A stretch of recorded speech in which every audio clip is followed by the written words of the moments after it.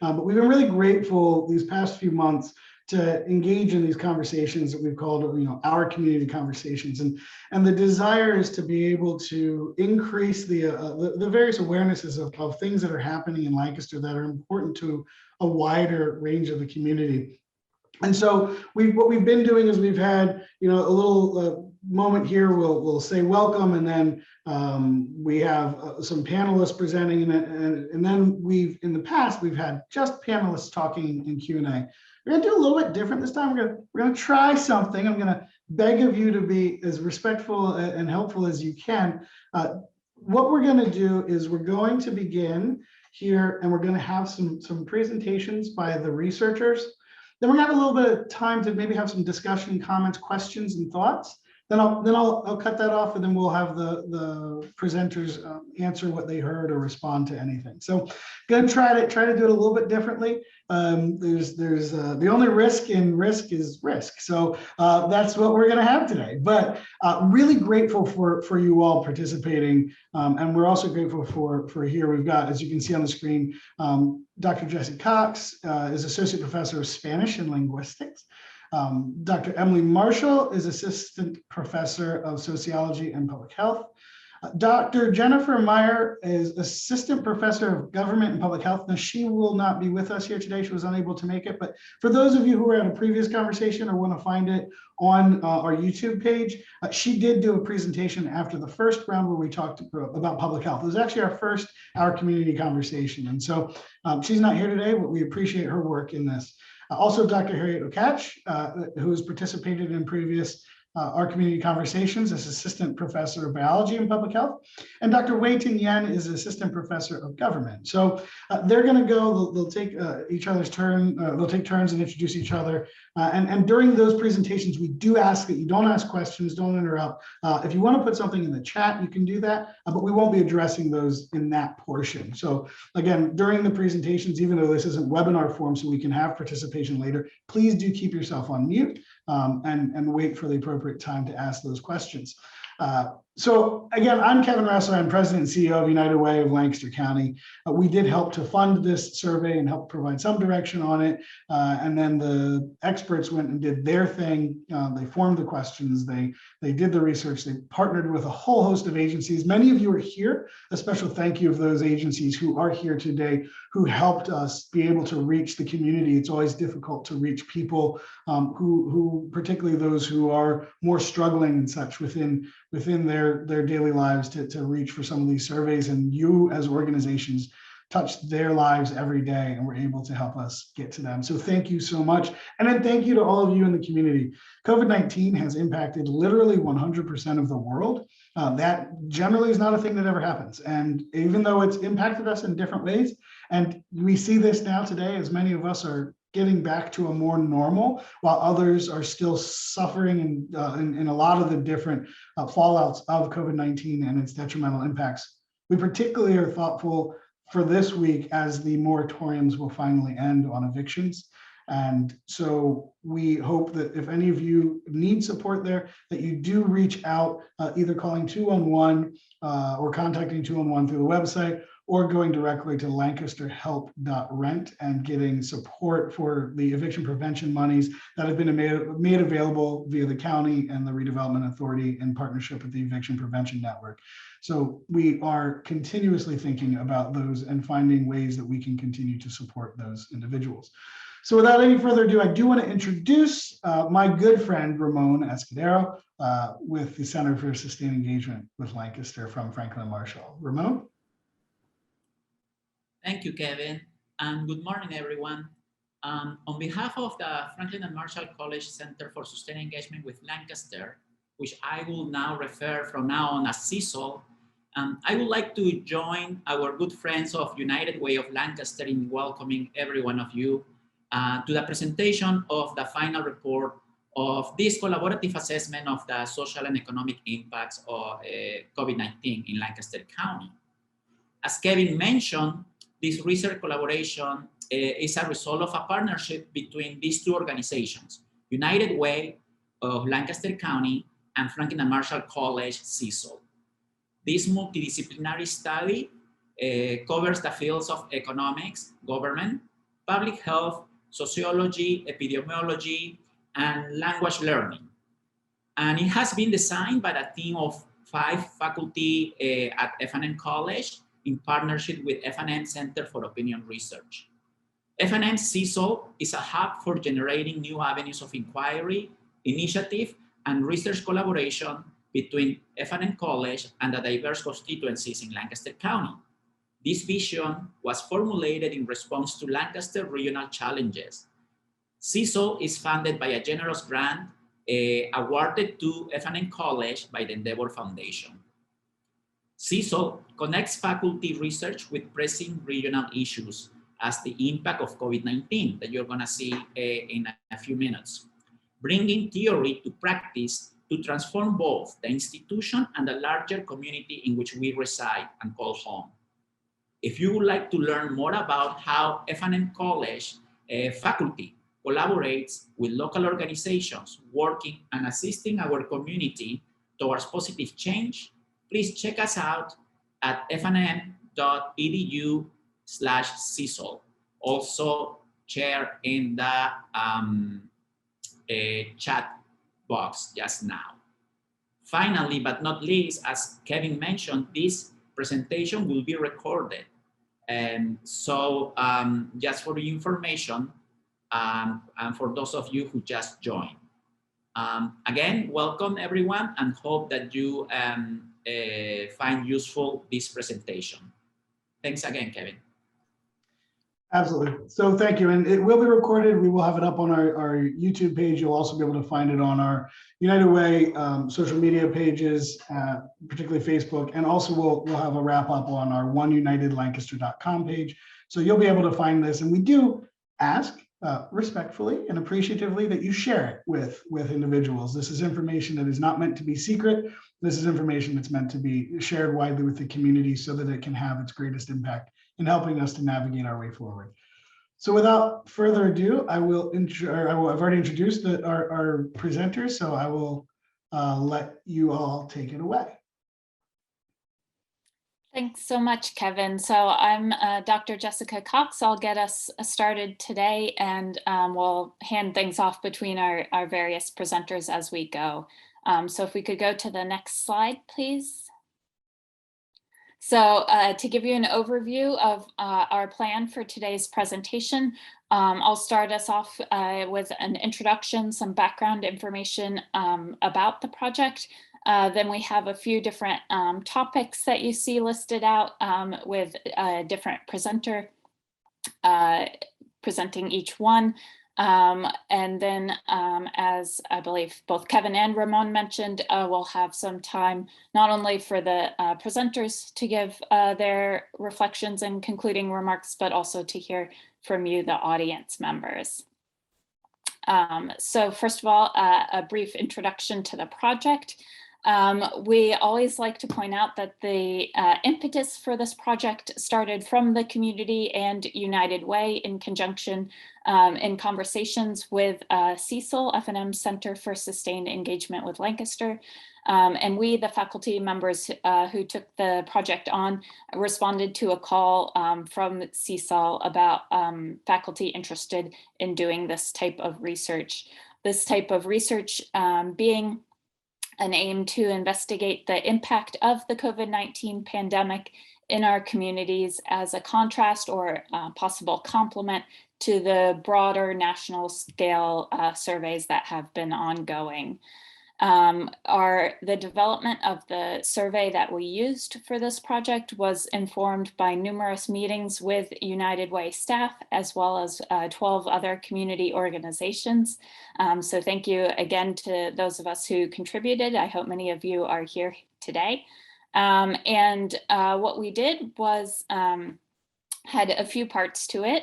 So the survey that we developed, we administered to a representative sample of Lancaster County that was facilitated through F&M's Center for Opinion Research, with a first round of data collection last fall between September and November, and then a follow-up second round of data collection with a subset of the original respondents this past spring in March and April.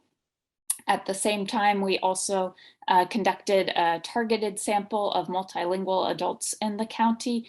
The time span for that ranged from December to June, and there will be more details about that targeted sample near the end of the presentation in the 5th section. So for now, I'll continue to talk about the representative sample through the Center for Opinion Research. This was a mixed mode survey with some surveys self-administered and some conducted by an interviewer. In the fall, the first round of data collection, we had 2,094 respondents who completed the survey. And on the screen, you can see some of the demographic breakdown of that group in the first bullet points, and also that graph of the income breakdown is from that fall group as well. Then, as I mentioned, a slightly smaller group, 952, repeated the survey in the spring of 2021. It's normal, of course, in survey research for the follow-up survey to be a slightly smaller group of people. And again, we present some general demographics of who that group was, just so you know. And since it is a smaller group, it may not be generalizable to all of Lancaster County, but it is still informative. The data from that round of data collection is still informative for telling us something about the experiences of that particular group of people. So now I will turn things over to Dr. Emily Marshall for some information about loss of work and income in the county. Thank you. So one important concern about the COVID-19 pandemic that I'm sure you've all thought about and seen news reports about is the economic effects on people. So we first examined this by looking at who lost work and income in Lancaster County. So in our fall survey, we asked people at any point since March 2020, did anyone in your household lose work?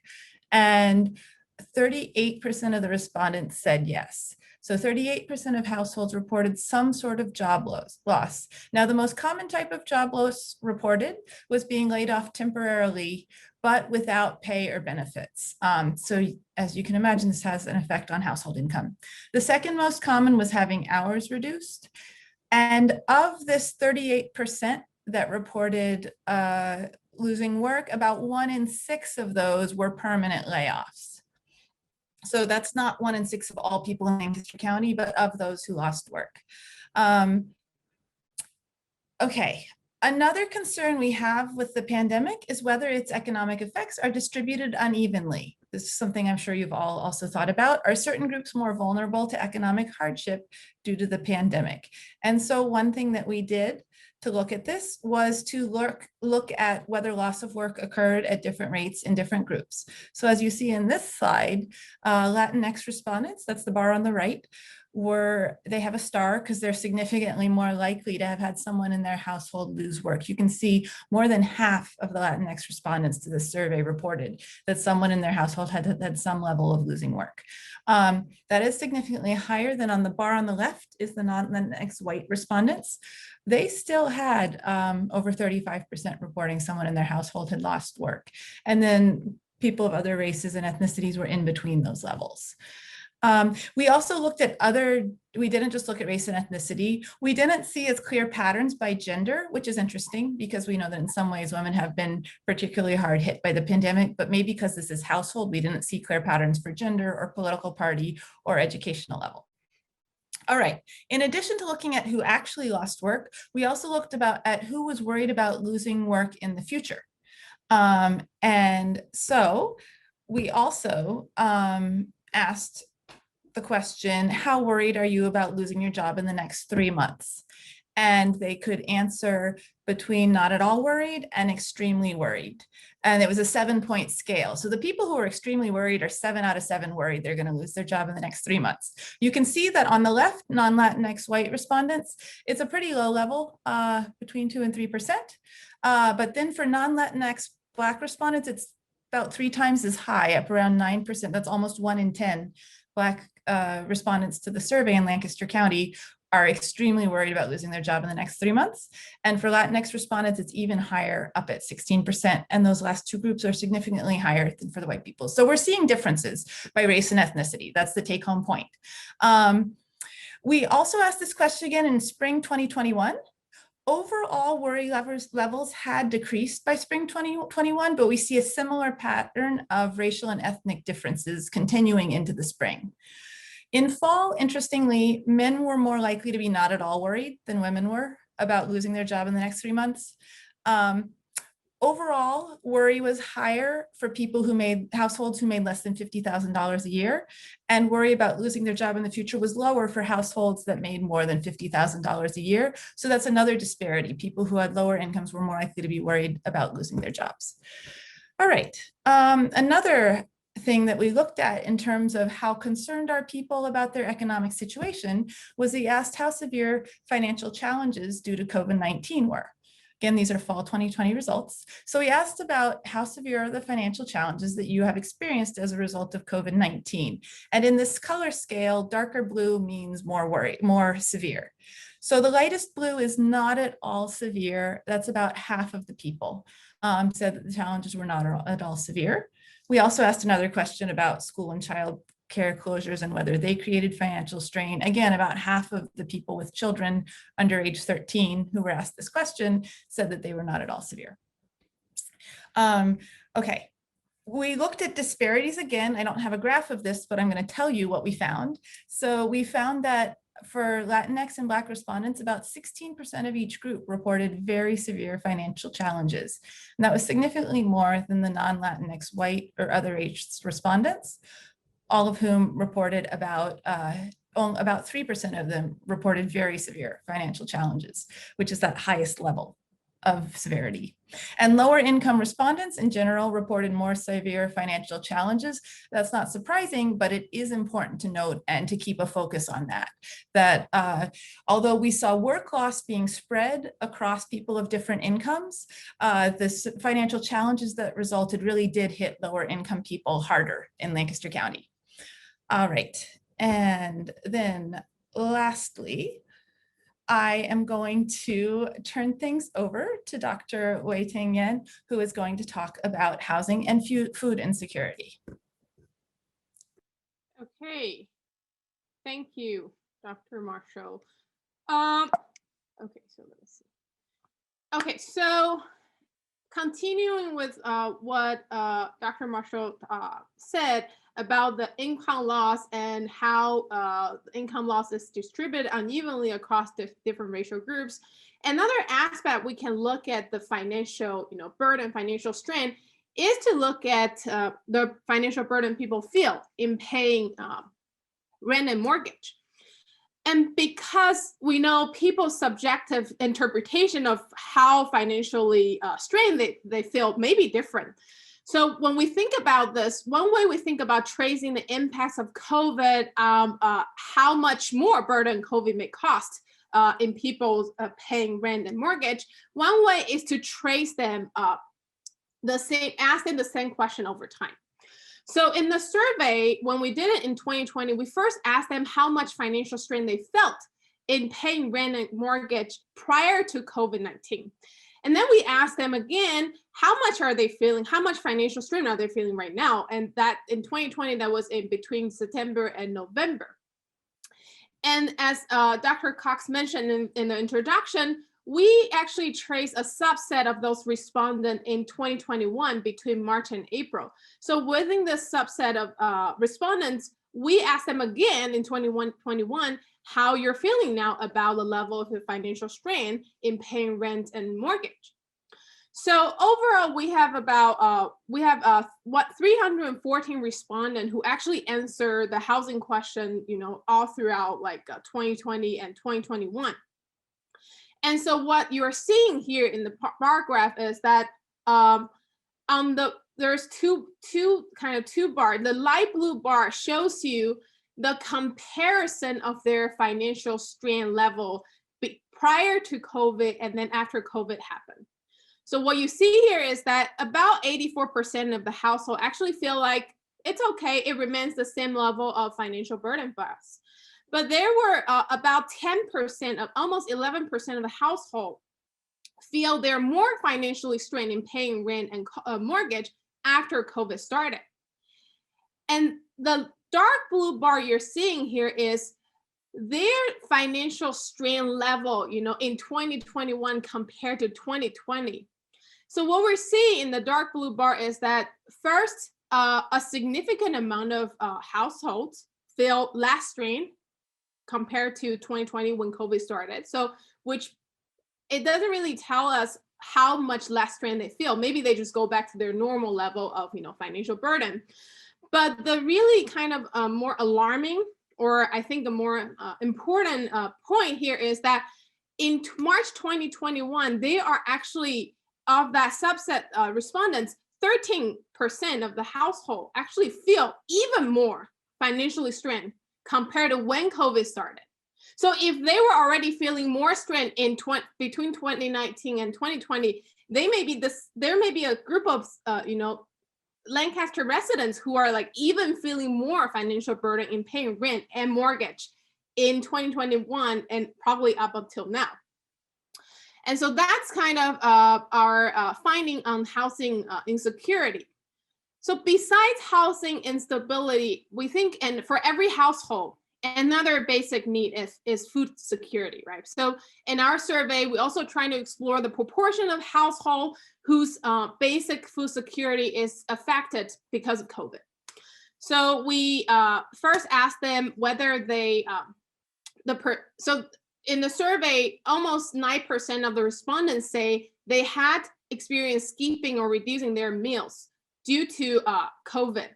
And with that data, we also see that, which shouldn't be very surprising, racial minorities are more likely to skip or reduce meal due to COVID. So of all the Hispanic respondents, 27% of them say that they had that experience, and the number is 16% for non-Hispanic white, whereas there are only 6% of the non-Hispanic white expressing that they had to skip or reduce meal because of COVID. And then we asked them a bunch of questions about what are the barriers, facing them when trying to get the food they need.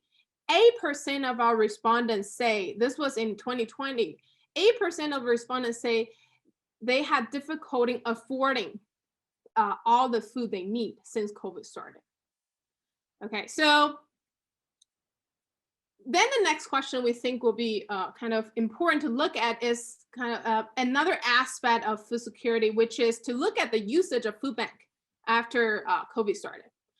So overall, what we see here is that per every 100 household, around 6 households, so 6% of our respondents say they reported using food bank after COVID started. The more salient finding here that we think is very important is that, so of that 6% household, 60% of them were already using food bank prior to COVID. So we asked that question. So 60% of them say, yeah, we were using food bank prior to COVID. But the salient part is almost 40% of those who are using food bank after COVID started, this is their first time using food bank after COVID started. So we think it's a very kind of important finding to share with some of the community partners who this may be of your interest.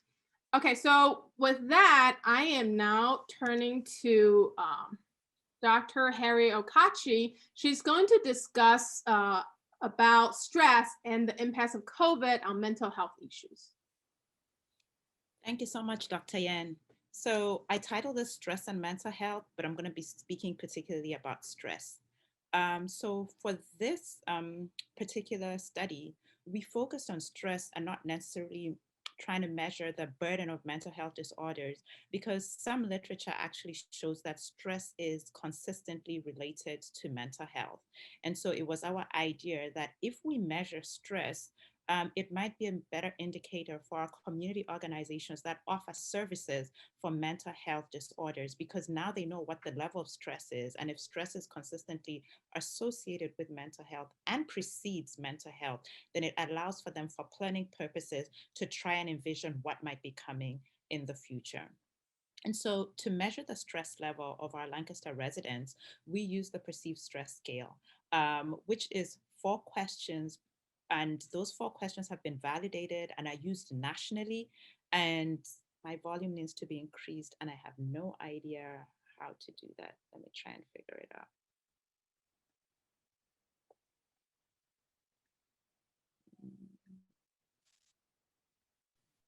Audio settings. Are you able to? Input volume. How does that sound now? Is that better? Okay, perfect. Okay, so for the perceived stress scale, we used a set of 4 questions. These are validated questions. They're used nationally. And so we thought it would be a great tool to use. And those 4 questions are really looking at, how often in the last month have you been able or unable to control the important things in your life? Or how often do you think things were piling up so fast that you were not able to cope? Or how confident are you in your ability to handle personal problems? And the 4th question was, in the last month, how often did you feel that things were going your way? And so people could respond by saying always, often, sometimes, rarely, or never. And what we did was we scored that. And so after answering the 4 questions, each participant received a composite score, which ranged anything between 0 and 16. How the scale works is that if you have a higher score, then you're more likely to experience a higher level of stress. And so for our participants, this is from the September to November survey in 2020, our participants, the average perceived stress score was 4.8. Now, we looked deeper at this, and what we realized was 25% of our population actually just had a score of 0 or 1. Another 25% had scores ranging between 2 and 4. The next 25% had scores between 5 and 7. But we had a group, 1/4 of our population actually had scores that were greater than 8. And so we consider a score of 8 as being elevated. And this led us to think, who in our population is actually experiencing elevated level of stress. And so the next 3 slides, I'm going to be showing graphs, bar charts of the groups that were more likely to exhibit higher levels of stress. So in the first one there, that is to my left, we're looking at the reporting of stress stratified by gender. And what we find is that individuals who do not conform to the binary classification of gender actually reported having higher levels of stress. So 35% of that population had scores that were greater than 8 on that stress scale score. On the right, the bar charts there are showing the frequency of reporting elevated stress by age. And what we do find there is that individuals who are between 18 and 34 years old are reporting significantly higher levels of stress compared to the other age group. So 30% of individuals between 18 and 34 report elevated levels of stress, whereas if you look at the 55 or older age group, we have about 12% of that population reporting elevated levels of stress. And so we can look at this also by other factors. For example, race and ethnicity. And we actually see in here that about 32% of Latinx individuals reported elevated level of stresses compared to about 24% for non-Latinx Black and about 16% for non-Latinx White. We had also asked individuals that how do they perceive the seriousness of COVID-19 on a personal level? And there were different responses. Some people, the 4 different options were not serious at all, not too serious, somewhat serious, and very serious. And what we find from our study is that individuals who find or who report or who perceive COVID as being somewhat serious and very serious experience elevated levels of stress compared to those who report COVID not being serious at all or not too serious. And then finally, we also looked at this, how people experience stress or report stress by employment status. So this on the left here is showing the yes and no at the bottom there is, did you lose employment during the COVID. So since March 2020, has anyone in your household lost employment? Among those who reported yes, losing employment, about 24% of them reported elevated levels of stress, whereas only 16% of those who did not lose employment report elevated levels of stress. And then finally, we also thought about this idea of social networks and friendships and that how that might be a buffer for stress. And when we look at that, our findings are correlated to what our hypotheses might have been or is, right? And that we would think that the more friends you have, the less stress you're going to encounter. And our findings actually show that amongst people who had no friends, over 50% of them reported elevated levels of stress. Whereas when you look to see individuals who reported having more than 5 friends, only about 11 of them reported elevated levels of stress. So just to conclude that, we find that there are certain factors that are associated to experiencing higher stress levels, right? The younger age, non-binary conforming gender identity, or how you perceive the seriousness of stress, whether you lose work, and if you've got no friends, right? Those are all the groups. Now, we think it's really important for us to identify these groups so that supporters and mental health care providers can target these groups, as we do know that resources are not abundant, right? We have limited resources, and so we have to prudently use them.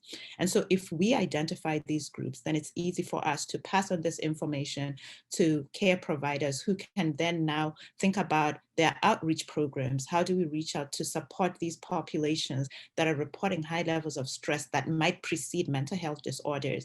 And how do we target our services to reach these populations? And so that ends my portion of the presentation. And what I'd like to do now is to hand it back to Dr. Jessica Cox. Thank you, Dr. Oketch. So in this last section, I'll be talking about our results regarding English classes for adult speakers of other languages. And to give some context to that, I will first talk about our targeted sample of multilingual adults. So our purpose for having this additional branch of data collection was to be inclusive of Lancaster County's linguistic and cultural diversity, and also in recognition of the fact that marginalized groups, as many of these respondents might be, are likely to be hardest hit by the pandemic in multiple aspects, socially, economically, et cetera. And the way that we went about this was that participants completed phone interviews in English or Spanish, or did a 3-way phone interview with an interpreter for any of the additional languages that you see listed on the screen. We had 61 respondents complete the survey in this manner, and you can see across quite a broad age range, and we have some gender demographics there as well. And the targeted sample did include several different topics, just like the main survey, but I'll be focusing on the questions about English classes for adults, because other research tells us that English proficiency in the United States, as tends to be the case for dominant languages in other countries with minoritized languages as well, English proficiency in the US is connected to social and economic factors. So potential disruptions to those classes, such as caused by the pandemic, have social and economic and health implications as well. So out of our 61 respondents in this group, 38 of them self-identified as their English proficiency ranging from 0 to intermediate. And they also, so they were then eligible for the questions about English classes. Before getting into the English classes themselves, I like to show this graph as a demonstration of the diversity of those 61 participants. Here you see the frequency of different first languages that participants reported other than English, and participants were able to report more than one first language. So moving now to the questions about English classes for adults. We asked participants what barriers they might encounter towards taking an online class, as the pandemic, of course, shifted all instruction to remote instruction at first. And perhaps not surprisingly, many of the barriers that people reported could potentially be barriers to taking an in-person class as well, such as work schedules and finding the time in general.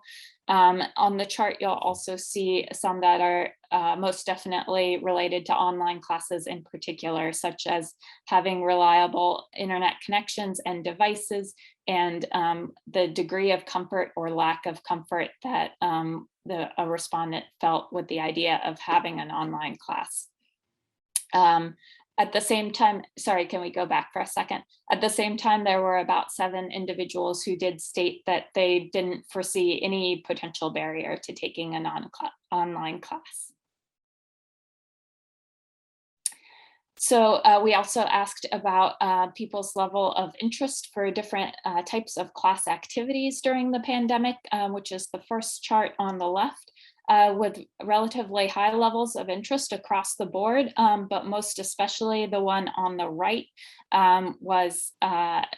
had the highest level of interest. That was instruction on learning how to use new technologies specifically, and that makes sense in conjunction with the technological barriers that people perceived could keep them from participating fully in an online class.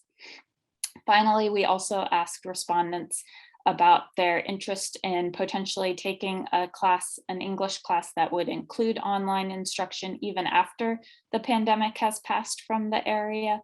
And more than 3/4 of our respondents reported that they were either extremely or somewhat interested in a class of that type. So it seems like work being done that I know is currently underway already in the county to pair instruction on technologies and digital literacies with adult English and continuing education classes seems like a potentially fruitful path for the near future as well as the immediate present. So with that, I will now turn things back over to Dr. Marshall again to offer some concluding remarks. Thank you, Dr. Cox.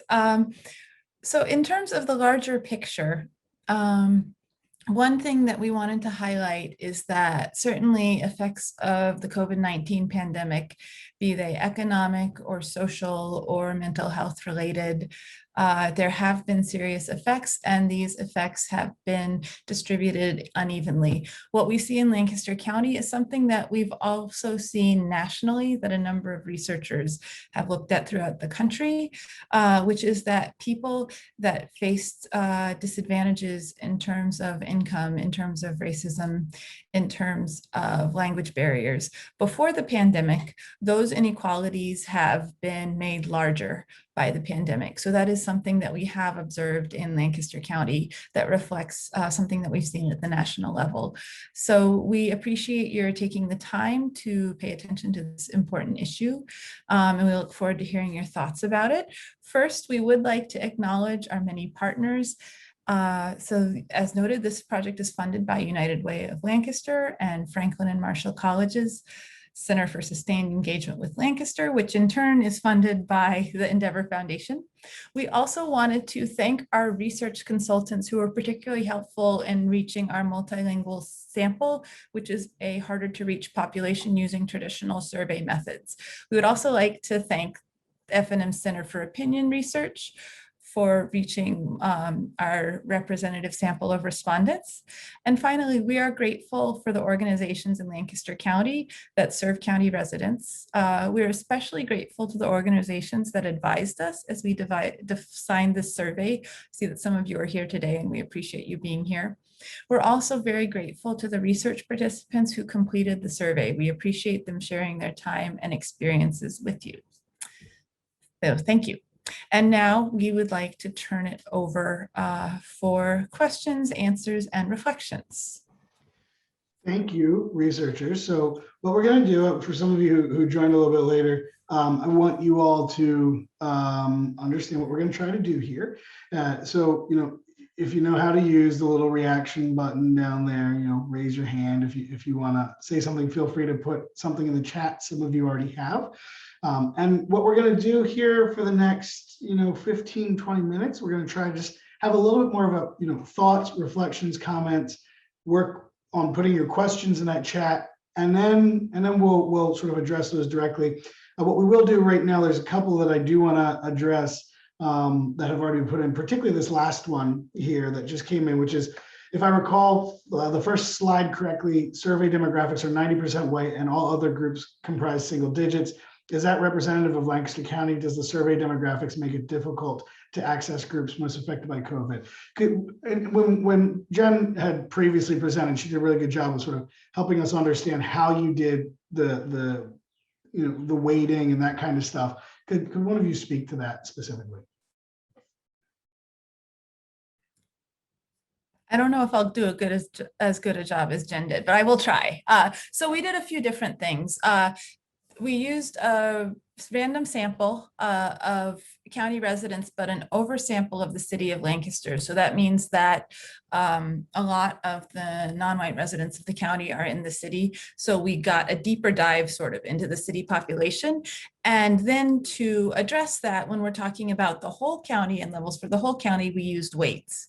In addition, it is the case that as with all surveys like this was done with an address-based sample and people responded on the internet or by phone. We missed some people, which is one reason that we did the additional outreach to the multilingual sample. That is the case.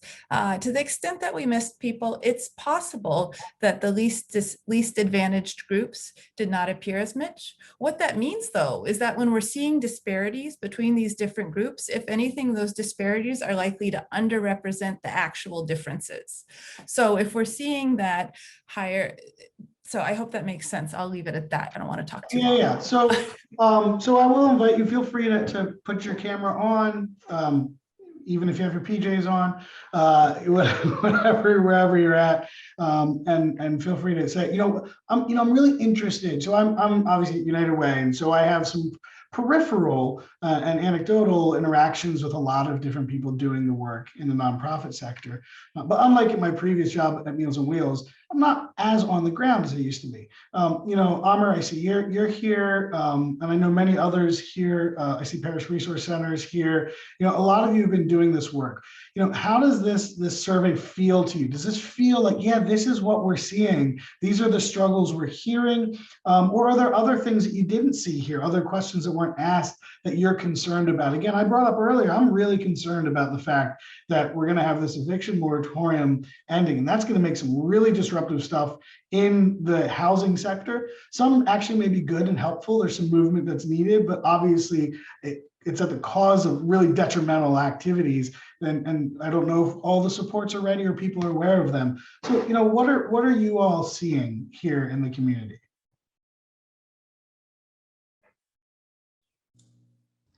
Well, I'm Michelle Salinas with Your Language Connection.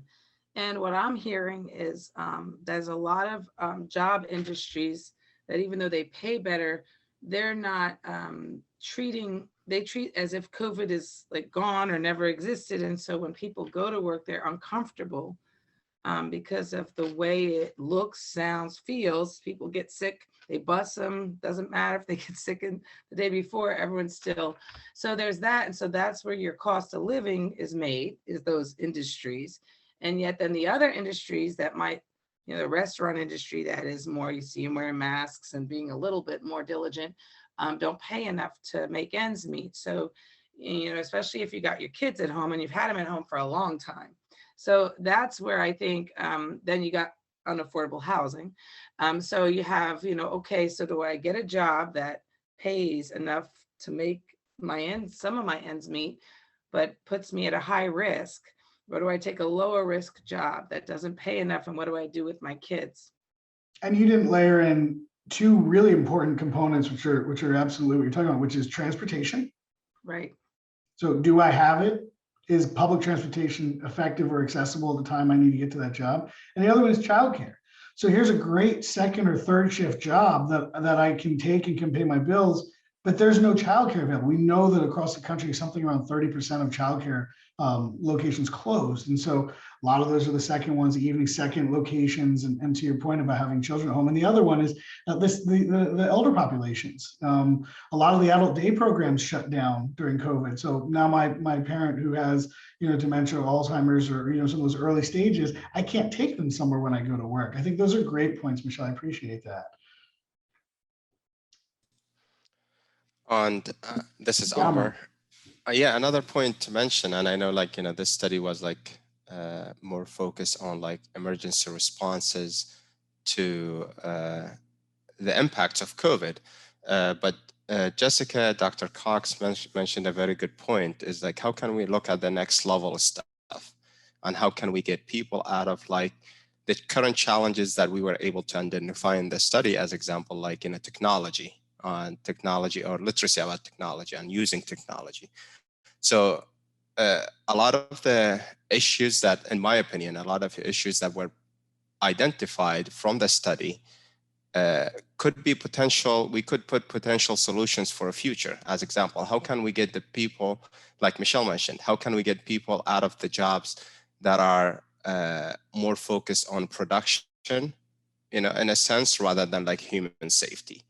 Or how can we get people to the next level with English, learning English, having better technology, having better access to jobs that pay better, that give them a little bit more flexibility and allow them to move on to the next level, rather than staying at the same level on the next emergency that hits our community. They are dealing with the same challenges over and over. So that's what I hope to see coming out of this study and similar study, is how can we move people to the next level? How can we be the hand that they need? That's a great point. And in the results, one of the things that we saw when it came to barriers to education was access, right? So that's device, but that's also connectivity. The southern end of this county, down in that Solanco school district area, something like 30% of the geographical area doesn't have access to broadband. Think of how many jobs just went remote for a period and will never go back to being physical. Those are job opportunities that aren't now available to people in our community, in parts of our community that are historically lower income. White parts of our community, we often think about the city and urban, but in our county, there are parts that are white and rural that are also suffering the challenges of poverty. We, in United Way, have been doing some of that work in our partnerships over the past number of years. But when we think about right now opportunities, right, the county just got what, $100 and some million in American Rescue dollars, right? And so we need to think, what can that be done as investment to solve exactly what you're talking about, Amr? The Comcast isn't going to run cable down in the southern end. They're just not going to. It's not profitable. Will our government step up and say, we'll do that investment so that our community has future opportunities? I want to ask the researchers here, one of the questions that did come in that I do want to ask right now is, did the survey results raise any new questions for you all that you're thinking about for future studies, or what is it that you're like, oh, that was something we hadn't thought about, or in the responses? I can try and go first with that one, and then everybody else can jump in. So for me right now, I wouldn't necessarily say that it raised questions, but it definitely brought to my mind awareness about several issues. One of the issues that I think stands out very much to me is baseline data. And that's why we shied away from looking at mental health and instead measuring stress, because we don't have baseline data. So even though we quantify the burden of mental health in this day, we don't actually know if that number would have been an increase from what was previously there, because we don't know what that baseline is, right? And so I think it demonstrates to me at least that it's very important for us to think about what indicators do we need to have at a county level that are baseline, so that when anything happens, or we do continuous monitoring, so that we can evaluate impact of pandemics, we can evaluate the impact of programs that have been put into place to see whether they've been effective or not effective. So for me, that was one of the big things that came out. The other thing that I should say that we did not present in here because we just couldn't present is that we were very, very careful to think about what are the different populations in Lancaster and how do we reach them? And one of the populations that really stood out to us was a population of individuals struggling with homelessness, right? We reached out to the different homeless shelters. We really tried to engage with that population, and we're not able to get respondents. We only got 3 respondents from there. So it's very hard for us right now to even talk about the impact of COVID on that population that is already struggling with a basic human need, right? They're already struggling with having a home, but now we don't know how COVID has exacerbated their situation. So I think for me right now, those are the 2 things, like how do we make sure in everything that we do, we reach to all populations, and how do we begin to have an archive or repository of baseline data that we can have so that we can assess the indicators within Lancaster to evaluate programs that we put into place. So I'm going to pause there and give my colleagues an opportunity to share some of their own reflections on that. Well, I'll just add to your populations while others are coming in here, Harriet.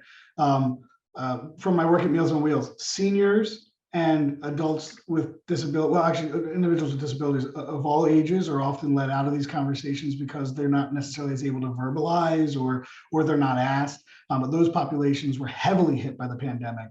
And I think we need to figure out better ways of including their realities into these conversations as well. And also the incarcerated and populations within criminal justice in general are also hard to get a hold of. Wei Ting, I think I saw you were. Yeah, I saw a couple of questions in the chat, so I kind of want to combine this. What are the questions I want to study in the future, and how effective the various relief efforts are in mitigating the COVID impacts. So one thing I found it's important. So last year when COVID happened, we have some questions about whether you receive stimulus checks or not. If I remember correctly, around 85% of people say they receive stimulus checks, like multiple rounds. And so back in 2020, we were like, the whole nation was in shock, and we received a couple of financial, relief package to help us mitigate the impacts of COVID. But if you remember, like when I did the presentation, what we're seeing right now is that we do see some portion of people who are doing better. They're kind of trying to move away from COVID, but there's another portion of population, say 10 to 13%, they're feeling even more, stressful about paying rent and mortgage. And this year, a lot of the relief programs, kind of like temporary relief program, kind of like stop. And we're seeing, and then as Michelle said, like, because there are employers treating as if COVID has already passed. And so we're kind of trying to move back to normal. But at the same time, there's a specific, a segment of the population, either because they have children, they still have risk of COVID risk, of other reasons, or they're already, like our presentation show, those who are disadvantaged, their disadvantage got like enlarged because of COVID. So there's a subset of the population who might not be able to climb out of COVID as the same pace as other part of the population. And we probably didn't see that in 2020, or was not very obvious because we had all kinds of, temporary financial relief packages. But moving forward, starting from now and say 18 months from now, I think that impacts will be more salient and become more obvious. And I think that's where our community needs to, pay more attention to make sure that we find ways to reach out to those subset of population. I think that's kind of where my thoughts are right now. Brenda Butcher, I saw your hand was up. I know you also had one of those questions, but did you have something else to add or ask? Nope, sorry, it was a mistake. And thanks for the answer to my question. That was great. No problem. Well, I just want to make a comment. Please. When we talk about homeless, I hear about Water Street and on the street, but one thing I learned teaching in the city of Lancaster is there's a lot of families that kind of room with other families temporarily and bounce around. And I don't know that we'll ever hear, we can never hear from them unless there's a system that does help them specifically, like the difference, So like that's a homeless population too. They're not really categorized. Yeah, so that's a great point, Michelle. And it's one that we're often trying to. So I'm on the board of the Lanco My Home coalition, which is the homelessness coalition here in Lancaster. And one of the things that we're often trying to figure out how do you communicate is when we talk about homelessness in a couple of different categories. When we talk about it from like the county funds, they're interested in like on the street, right? HUD has a particular range. And then the other monies that we try to raise, and we at United Way are making a large contribution commitment here, about $250,000 to that network. What we're trying to do is say we've got to be more innovative. It doesn't matter if you get someone off the street if there's no affordable place for them to go, because they're just going to end right back there again, right? And so when we talk about homelessness in that coalition, Lanco My Home, they do work at defining that as people who are couch surfing, people who are bunking, people who are living with a brother-in-law or whatever. When it's not the sort of independent and desired living circumstance, this is different than we want grandma to live with us to take care of her. That we're not saying that's homelessness, but where I'm taking you in so that, and you're sleeping on my couch in my living room, you're sleeping on my floor because I don't want you sleeping outside. That part of homelessness has not historically been part of the definition, and it is a very big problem because it's hard for us to identify. So a couple of years ago, Lancaster got a lot of attention for what essentially said zero veteran homelessness, right? Well, that's from the point in time count, the PIT count. Well, that means that there's a bed available for a certain subset on a given day that survey is taken.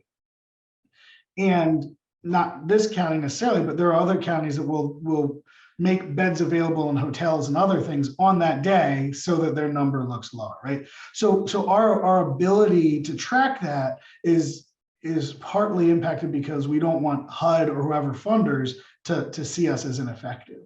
Again, not here in Lancaster, I'm not saying that, but just generally, when we look at these numbers across the entire country, it's very difficult for us to be able to accurately identify that. There was a follow-up question for Dr. Oh, go ahead, Michelle. Sorry. I really liked when Harriet was talking about what came of it in the mental health part, because oh my goodness, the mental health part here in Lancaster has always been big. And I think with the pandemic, it grew in a lot of different ways because now you got so many age levels that were impacted for various reasons. I mean, I saw my own high schoolers like grieving literally. So I'm just saying I saw it around me, and I hope that we do get a better system in place in Lancaster because of this, because I don't think we had enough of a system or a good enough system in place before this. And I know that this is going to have a long-term effect on the mental wellness of a lot of people. Yeah. Easier to sink down, and it's quicker and easier than bringing them back up. Yeah, thank you. And that is absolutely something, right? I mean, look at Simone Biles. Like, we know that like mental health is something that we're starting to talk about better. And, you know, I got in a little bit of a difference of opinion yesterday about the excellent Miss Simone Biles. And you know, at one point I stopped and I said, look, if she broke her leg, you wouldn't have any question about it. At some point, we need to take mental health as seriously as we do physical health. And we've historically not said that, right? Just tough it out, grit it, you know, just go through. And the reality is, you know, if you know, Simone Biles on vault, you know, someone who's welding, someone, and that leads to serious injuries or problems that are wider. And we've got to, as a society, be more serious about taking mental health as you know, as serious as we do other arm breaks or physical temporary short-term disability, all that kind of stuff that we do for physical impairments, but not those mental ones. And there's great organizations. Mental Health America has been pulling some groups together. If you're a reader of OneUnitedLancaster.com, you'll see that Tim Stolger wrote an article recently about their partnership with Gateway and policing and trying to find better ways. That's a huge issue when we talk about race and policing and you know, all these circumstances from George Floyd to others. A lot of these are preventable if we are approaching these issues from the mental health avenue as opposed to our traditional means of criminal justice. Harriet, there was a follow-up question about your baseline data, saying what would it take to establish that baseline data? What organization existing or to be formed would be best positioned to lead such an initiative, and any interest in costs? I will simply mention United Way would be interested in that kind of thing, and the county commissioners have a lot of money, and we'd be glad to take some of that to help find that baseline data. Anyway, Harriet, your answer. Oh, you got it. You answered it. So that's perfect. United Way. We will partner with United Way. Yes. But I will say, I mean, that is the type of work that we do here, believe. I mean, that's what this conversation is about, is what is it that the community needs and is hearing. And I do hope one of our plans is to continue these conversations on different topics. And I mean this seriously, whether it's us or someone else, we've got to have a serious conversation with our county commissioners and representatives about what that money can do for us to be set up long-term. Dr. Cox. Thanks. I wanted to also speak to the question about new ideas about research that came from this project. And although I don't have it formulated into a specific future research project idea, I did want to talk a little bit more about the question of technology access and what is known sometimes as digital divides. So the access that we mentioned in our presentation and that Kevin mentioned as well, of course, the literal physical access has to be the first step, right, of having a Wi-Fi connection or internet connection and a device that can connect to it. And for certain activities, certainly a computer of some sort is more useful than just relying on a cell phone. But as I and some of my research students have dug deeper into this topic, it has really raised my awareness of the multifaceted impacts or results of that initial gap in access. So obviously that's an issue for education, especially when all classes move online. But also, we've seen a big increase in telemedicine during the epidemic. I don't know if it has increased or not, but obviously online banking is also a big thing. And so the sort of potential outcomes in who is using the internet and what they're using it for, how they're using it, there can be, very large gaps across different populations, and those won't be resolved just by handing someone a device, right? A lot more needs to go into it. So that's something that I've become very interested in, and perhaps might do something more in the future, or would welcome anyone else to do so. Thanks. And Wei Ting, I saw your hand was up there.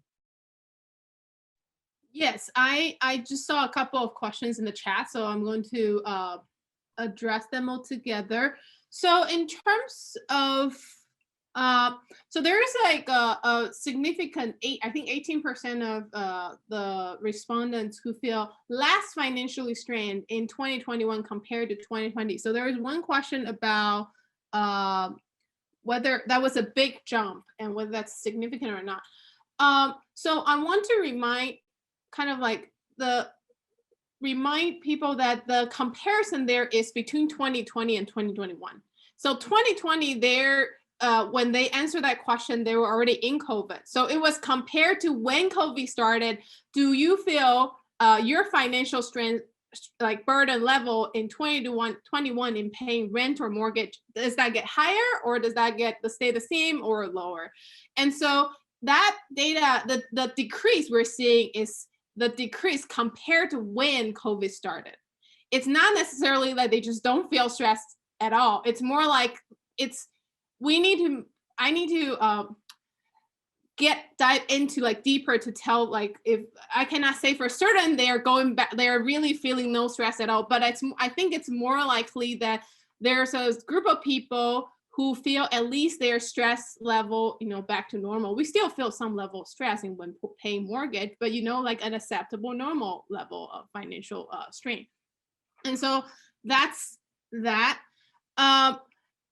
So there's another question about whether I put we put the financial strength or the housing insecurity question together with the kind of the different financial relief package, whether it's stimulus check or unemployment insurance, together to see if the financial relief plays a role in mitigating people's financial strain. I think that's actually a very good point. We as a team haven't had a chance to put them together to see whether that plays a role. And I think that will be a very easy and a good next step for us to to, go back to the data and analyze that, because we do collect questions on whether you receive unemployment insurance or not, and whether you receive a stimulus check or not. So I would, so the answer is no, I don't have an answer right now, but I think that's a great question that I can go back to and study. Can I also ask a question? Is that okay? Okay. I saw a comment about resilience. So there is a comment by Donna Lentz. Is that the right? Yeah. So the comment is about what are the skills that enable someone to be more resilient through these changes, and they work with the family, so they observe some attributes that play a significant role. I'm actually interested in learning more about what our community partners observe on the ground, because we kind of only sit in the room typing on our computers. I actually would love to know what are the attributes that you observe that can contribute to a more resilient, experience in this very bad experience. Yeah, Donna, could you speak a little more to that? Would you be willing to, of your observations?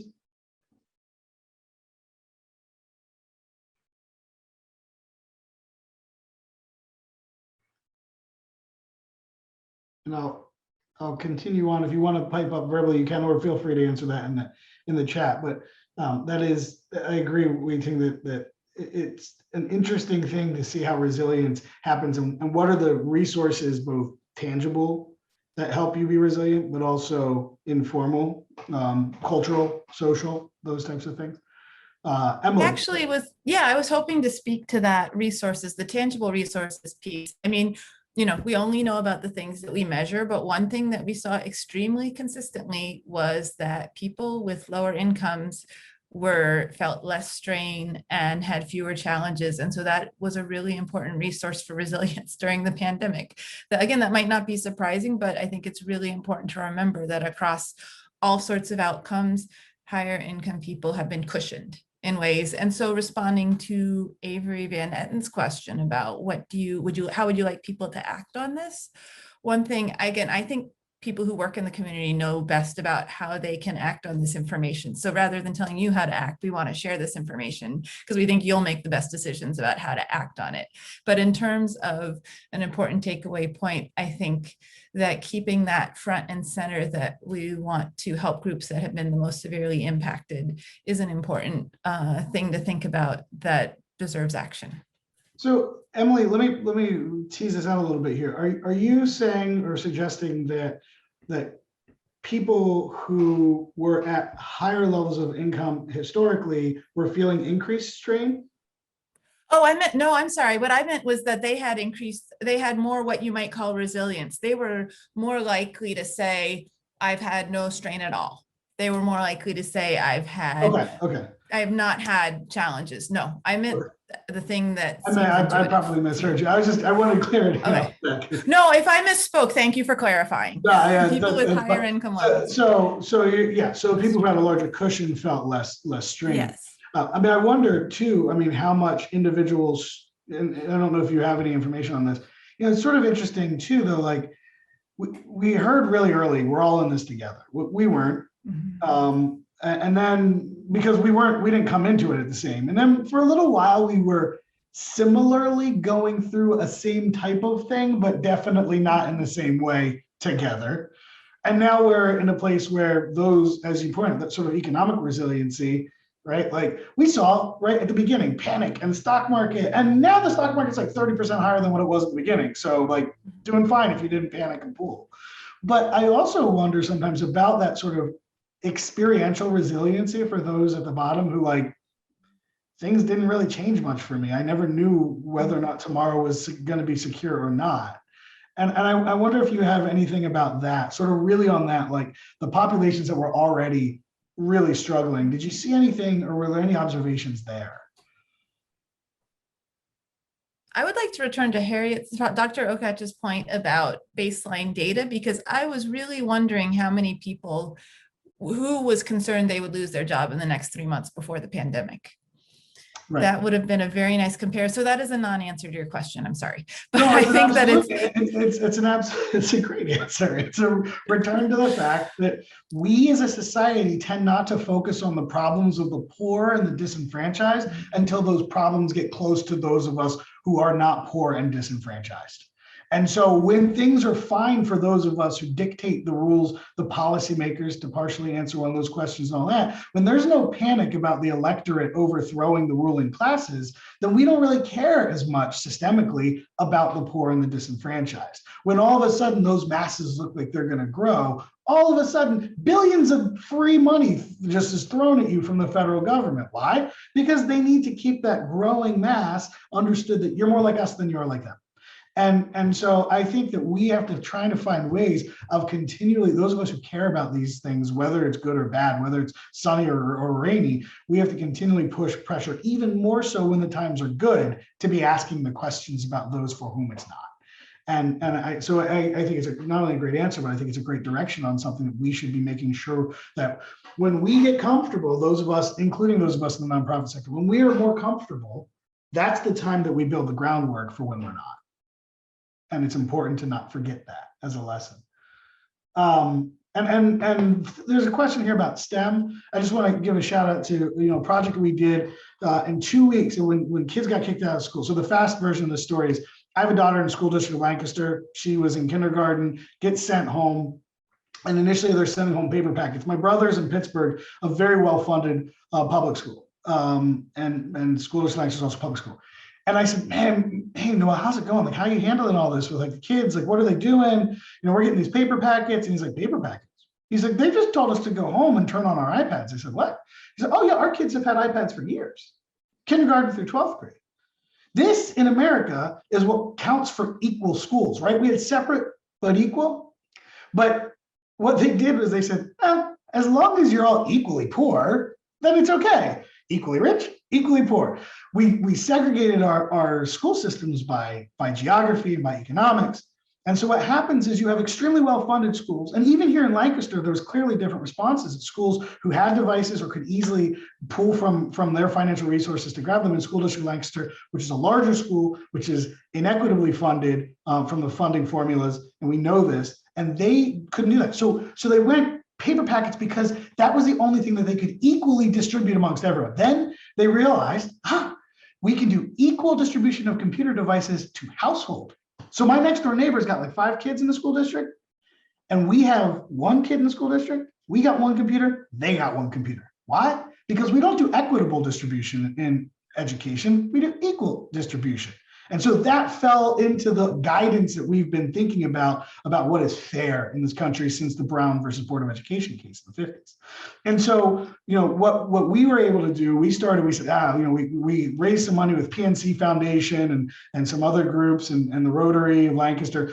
And we were able to buy about 400 devices. Once we partnered with Steinman, they brought some money, about 400 devices for kids. And then we provided, with Steinman, we created a program where we provided education, a summer learning program that was purely digital for about 6 weeks till school started. But again, all these issues of access and availability just kept popping up in different areas in the county. And all that to say that, the Steinman Foundation, we talked about internet access. They partnered with Comcast, and particularly the city got access for kids.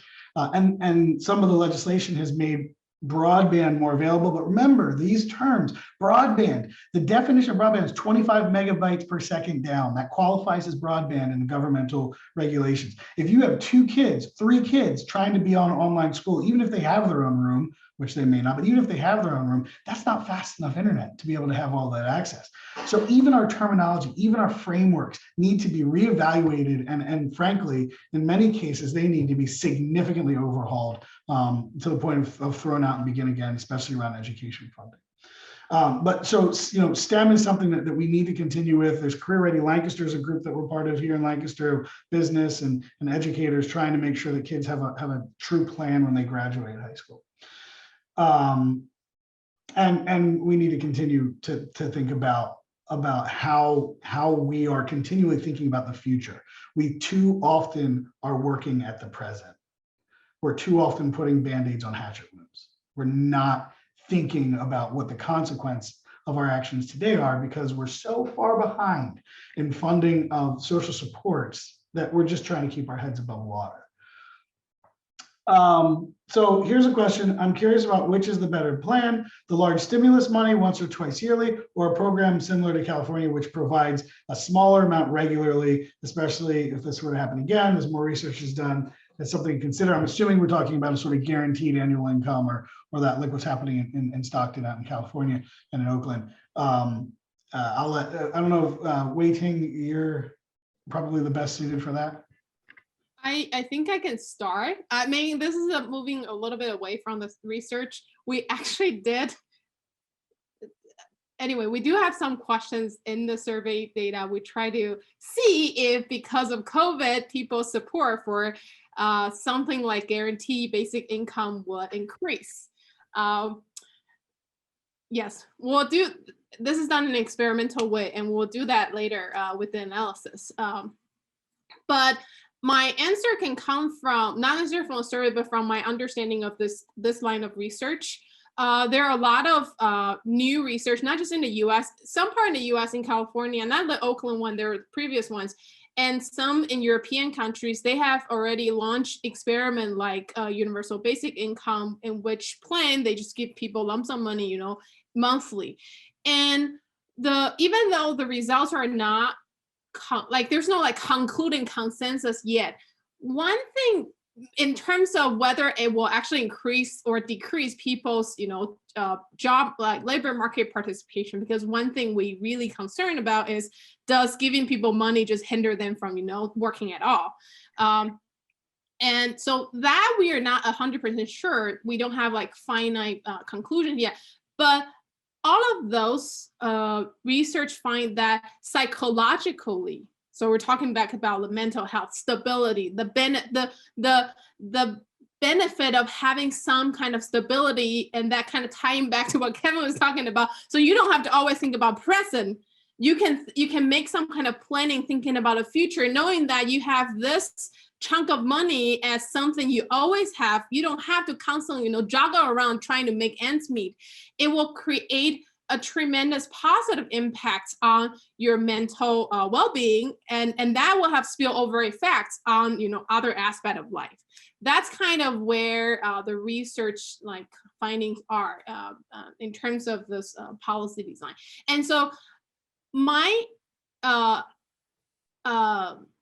opinion, or this is my personal opinion, is that I think moving up beyond COVID, this will become a policy debate in the next maybe 5 to 10 years, not just because of COVID, but because of, you know, how the labor market has become relying more on machines. We don't need people. And after COVID, after so many jobs got moved remotely, and then a lot of employers realized we don't need as many employees. So moving forward, the labor market will shift maybe. I mean, we're still too early right now to know what's the impact of COVID on labor market.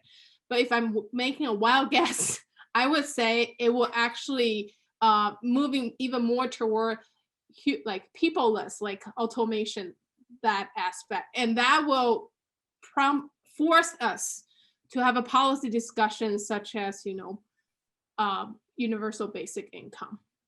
That's my take. Yeah, well, I think it also depends. Part of it is how it's framed and how it's seen, right? So let me give you a couple of examples of ways in which we actually already do this, but we don't call it that.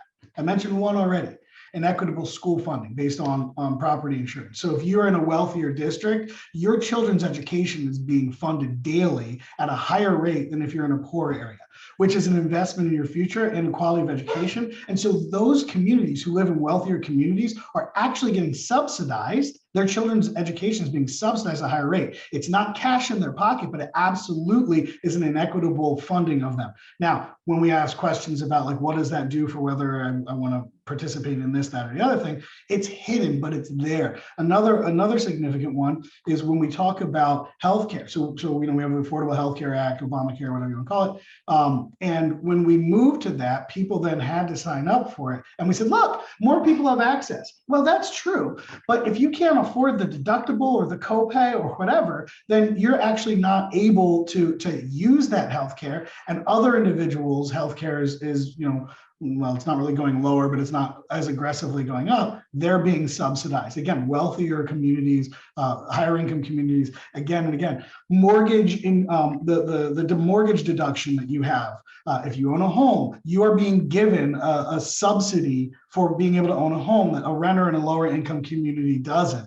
So when we talk about this, we have to think about ways. If you put all those supports on the table and then you compare and say, well, but they get food stamps, trust me, you would rather the supports that come through being wealthier in this society than being poor in this society.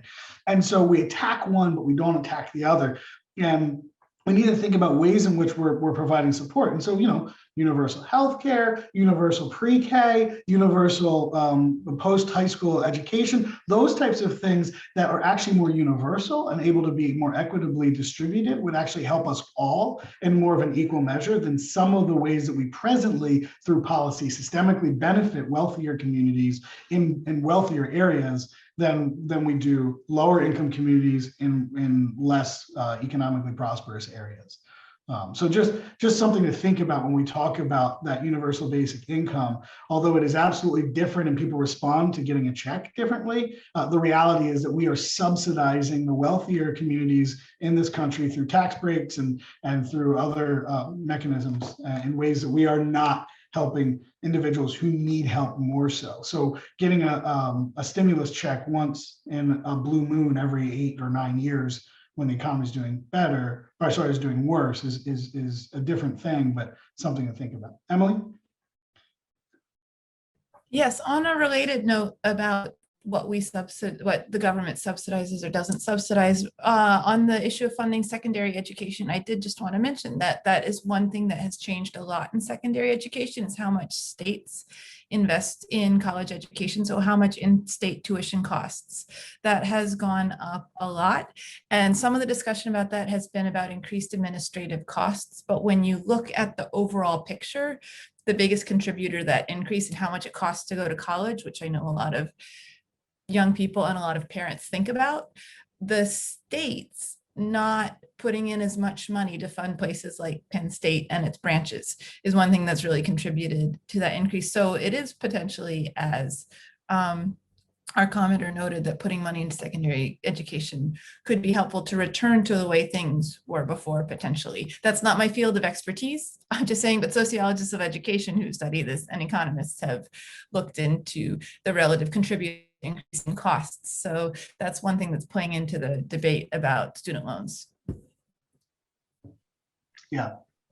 Just dropped in the chat, Waiting just put in the large scale guaranteed income experiment in California, that if you're interested in looking at, grab that. One of the things that we also need to think about is how do we understand education around money and finance and those things. So when you get $1, what is it that you can do? For some people, they have no choice. It's literally, I need to fix the tire on my car that has been flat for a week because I'm riding around on rims getting to and from work. And all of a sudden someone gave me enough money to fix my tire. And so those decisions on the lowest income are essentially automatically made. And then when I did America Vista, they encouraged us to get food stamps. And I was amazed at the judgment that I would get when I would go to the grocery store. Even though my wage was set at poverty level by the AmeriCorps program, the level of judgment I got, and people would openly say, oh, you shouldn't be buying chips with that. Or would say comments like, that's my money, you shouldn't be buying unhealthy food, right? So this presumption of whose resources what and what is allowed for one person or another, so I bought a cake for my kid for their birthday on food stamps, right? Like, do I not deserve the ability to celebrate because I'm needing certain subsidies? But so when we think about how we treat one another, how we relate to one another's circumstances, one of the things that's really important is to understand that they generally have a better sense of what it is that they need than we even as systems often do. One of the things that we did during COVID was we we went and said to people who are getting stimulus checks who don't need them, we started a program called Project Share Our Stimulus, Project SOS, which continues on and is our way of helping people who are in a bind. And we give $500 checks directly to families from those donations. And the reason we do that is because there are gaps within even our social service supports that, you know, find me the government program that pays for my tire to be fixed, right? But if I can't get my tire fixed, I lose my job. And so understanding that part of this equation is learning to make sure people know what they need to do, compounding interest and retirement funds for long-term, but also like making prioritized decisions, and that they know that better than any system ever can build, and finding that sweet spot's important.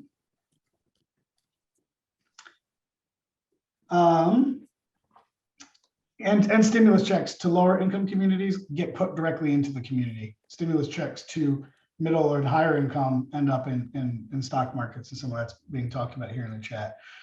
So stimulus isn't just about the individual you give money to, it's about getting money circulating in the economy. And that actually ends up usually being a big winner for, like, I don't know, men who want to fly to space, named Jeff Bezos, who own Amazon. Sorry, bugaboo. But anyway, so we only have about 3 minutes left. So I'll take one more question if there is one. You have so many. You all have been amazing.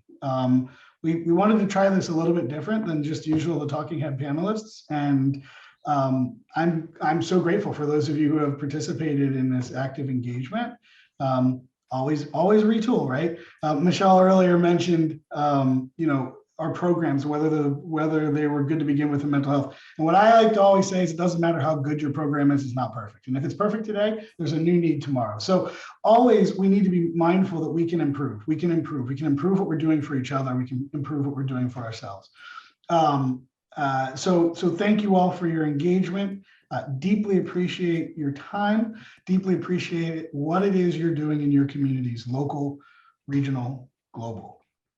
Be kind to one another, and remember that people are going through things you don't know about, and be gentle and try to give the benefit of the doubt. And let's continue to focus on ways to support everyone, no matter who they are or where they come from. So with that, I want to thank my panelists. I want to thank all of you. It's been a long time and you hung in there.